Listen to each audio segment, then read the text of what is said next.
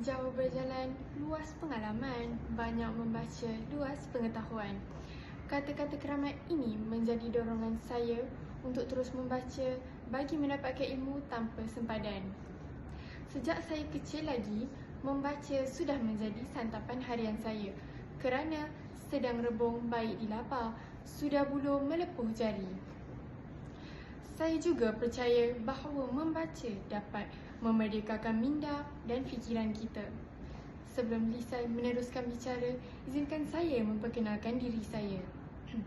Gemerlap langit, kejora menghias, hadirnya bulan menjadi tamu. Nama diberi Edwinas alias SSI tempat menimba ilmu.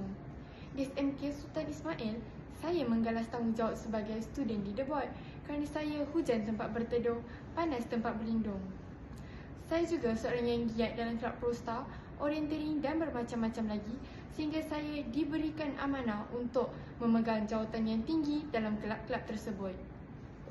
Namun begitu, tahukah anda apa rahsia untuk mendapat kepercayaan supaya diberi amanah menggalas semua tanggungjawab ini? Tidak tahu bukan? Jawapannya, kita perlulah menjadi seorang individu yang menarik. Tapi bagaimana? Saya yakin itulah persoalan yang bermain di dalam fikiran anda. Usah khawatir, ini dia dalam penyelesaiannya. Tip menjadi individu yang menarik. Sebelum saya menceritakan tentang buku kegemaran saya ini secara terperinci, apakah takrifan menarik? Menurut Kamus Dewan Bahasa dan Pustaka, menarik membawa definisi memikat atau menawan hati. Ayo kita mengorak langkah untuk melihat kepada intipati buku ini. Secara holistiknya, buku ini memberikan kita tips dan petua untuk membentuk diri kita menjadi seorang individu yang menarik. Selain itu, banyak lagi tips yang diberikan dan boleh dijadikan kelaziman dalam hidup kita. Tahun 2018 telah menjadi tahun pilihan untuk menerbitkan buku ini. Apabila saya menceritakan serba sedikit tentang buku ini, pasti anda sudah faham bukan mengapa saya gemar akan buku ini? Ya, buku ini memberikan saya ilmu yang sukar saya dapati di mana-mana dan di tempat lain. Seperti cara-cara untuk melaraskan bahasa ketika berbicara dengan individu yang berlainan, contohnya atuk, nenek, rakan-rakan, guru-guru dan ibu bapa. Pendek kata, hidup saya berubah 360 darjah apabila saya membaca buku ini. Ajaib bukan? Tidak dilupakan juga penulis-penulis buku ini iaitu idola saya sejak saya kecil lagi. Dua individu yang telah mengagumkan saya dan memberi impak besar dalam hidup saya.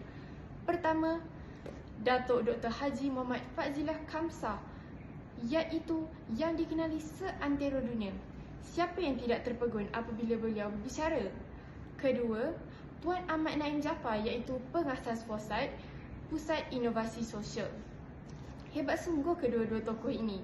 Kini, mendapatkan tip dari tokoh-tokoh menarik ini bukan lagi satu perkara yang mustahil.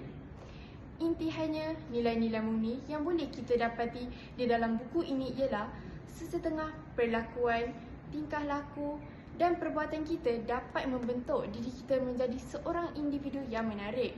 Dan tidak dinafikan bahawa dalam membentuk diri kita menjadi individu yang menarik, pasti kita akan menghadapi kesukaran dan masalah. Tapi dengan adanya buku ini, masalah anda akan diselesaikan dalam sekelip mata. Akhirul kalam, terima kasih kerana sudah menadah telinga dan sudah menonton video saya ini. Sebelum saya mengakhiri video saya, terimalah pantun daripada saya. Mekar angsana pandang tak jemu, bunganya luruh ke dalam raga. Terima kasih menerima ilmu, ada rezeki bersuai juga.